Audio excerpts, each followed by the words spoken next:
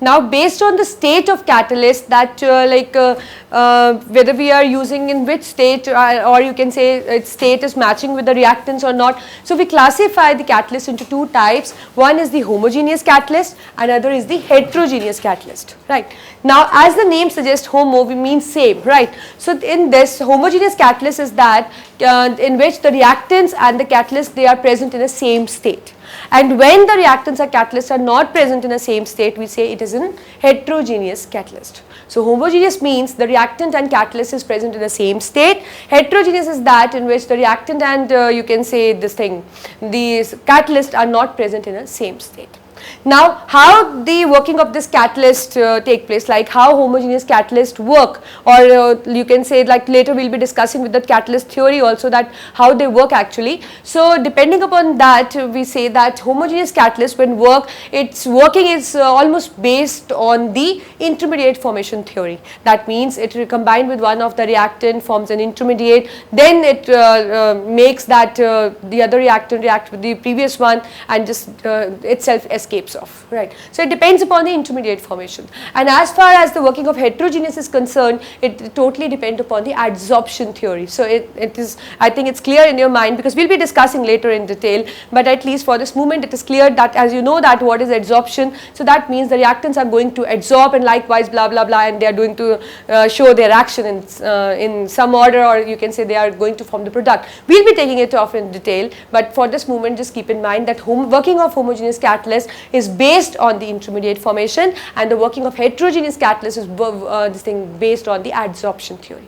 And homogeneous catalyst, in this the intermediate formation is going to take place. So it doesn't depend, you can say it doesn't depend upon the size of the catalyst, but it depends upon the size of the catalyst, because in this what we are going to do, that in this the substance is going to get this thing, oh sorry I wrote this. So it depends actually, it depends on the size of the catalyst, because here the intermediate formation is taking place. That means the reactant is going to fit into the you can say a specific site on the catalyst. So there the size matter, but here the adsorption is going to take place. That means the substance is just going to stick on the surface. So we say that it doesn't depend upon the size of the catalyst. I have few examples for you. See, when we are carrying out the electrolysis of sugar solution, that means when we have sugar, we have added water to it, and when we are passing electricity to decompose it, there we use a catalyst HCl. And as we know that sugar solution is a liquid solution, so that means HCl is again a liquid, so they are occurring in the same state. So we say in this there is a homogeneous catalysis.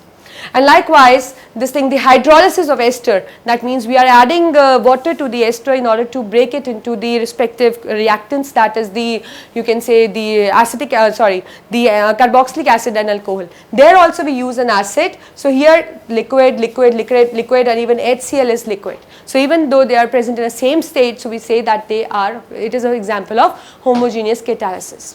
Likewise we have SO2, we know that SO2 is gas.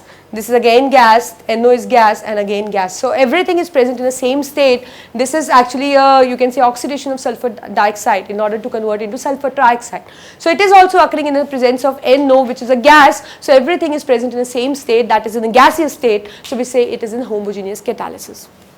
Likewise, when we see look for examples of heterogeneous, I found few examples for you. This is the main process, as I told you, in Haber's process.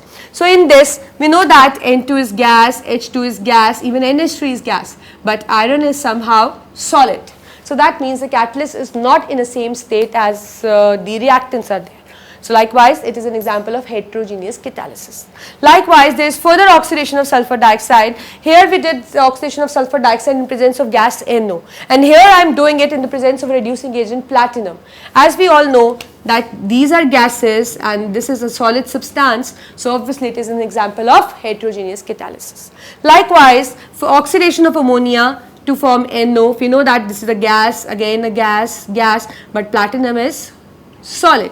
So that means here also the states are not matching, so that means it is a heterogeneous catalysis. See, whenever, don't keep in mind that the states should always match. It is not going to affect the state of the catalyst. It is just the, you can say, the concept behind that, how the catalyst is actually working. So it is going to alter the rate of the reaction, definitely it is going to alter the rate, but how it is going to work will be different. Like it here, when they are present in same states, they are going to form an intermediate, and here when they are not present in the same state, they are going to show the adsorption process. So this is what the difference lies here. It is not that here the catalyst is going to show an impact and here the catalyst is not going to show the impact. It is not like that. It is just the matter that whether it depends upon size, whether it is going to form an intermediate, or you can say that here whether it is going to show the working of the catalyst is based on adsorption theory, or it is going to depend upon the size or not. That's it. Otherwise the catalyst is going to show the effect for which it is added to a chemical reaction.